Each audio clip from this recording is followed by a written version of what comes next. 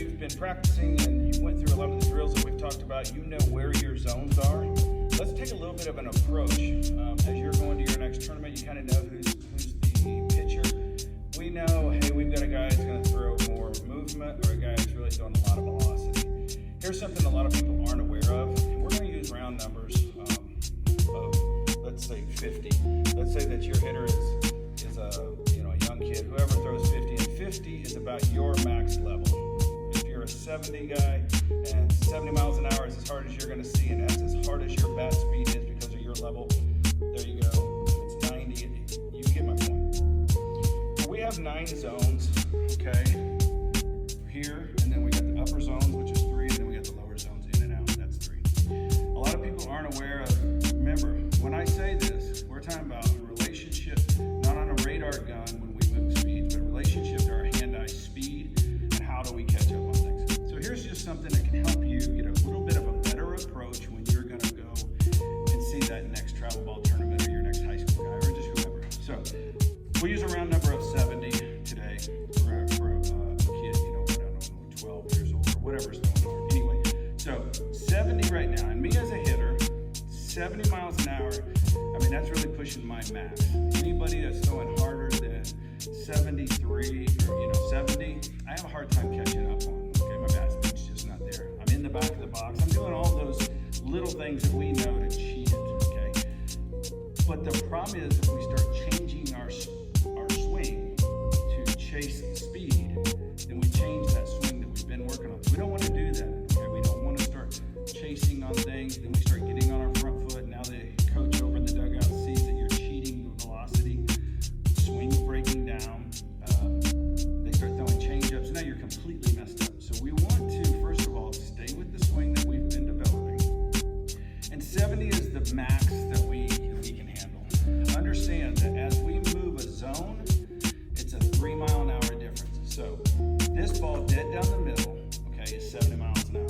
If we come up one zone, the way our reaction time is going to be as if that ball is 73. So remember, 3 miles an hour is per zone.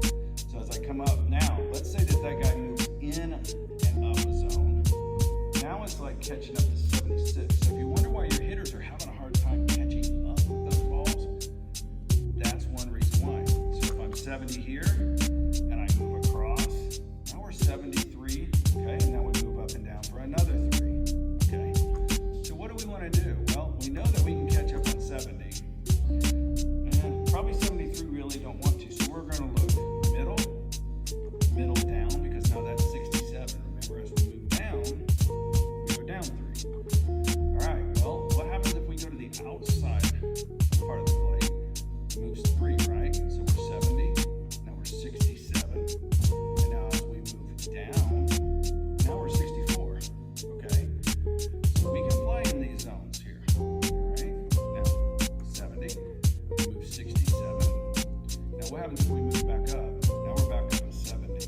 Because remember, we gotta let it travel, but we gotta keep our hands up there on top of this pitch. So maybe that's not a good pitch for you. All right, so what you're gonna wanna do is kind of take these zones here. Now this is the quadrants that we're working. All right, there's one other thing. So let's say that our pitcher knows that, and he's throwing really, really hard, but he's not working that outside of the plate. Or the umpire, more importantly, is not calling that outside pitch.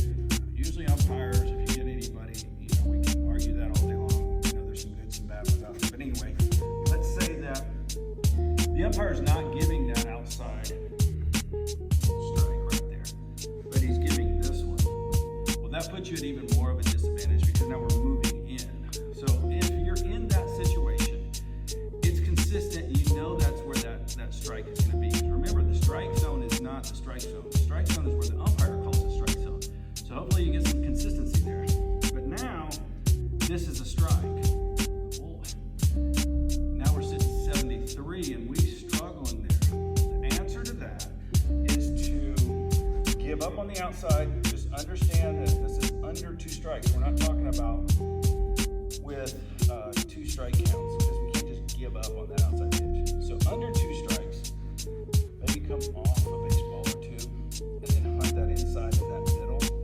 And then, like I said, if he hits that outside corner, he's susceptible. All right, but we know that approach is gonna get us better off at the plate than just going up and swinging everything.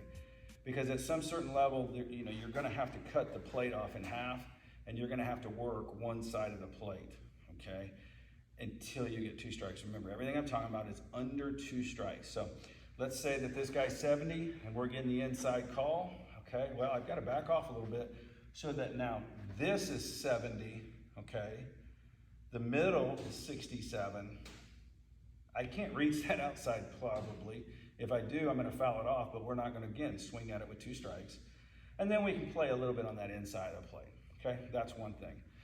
Now, if you've got a guy that's throwing really, really hard, same situation, same miles an hour, and he's getting that outside call, put an elbow guard on and get up on top of the plate and move the zones that way. But whatever you do, do not change your swing, okay? Take your best swing and then take an approach that allows your swing to play. That would be my best suggestion for you.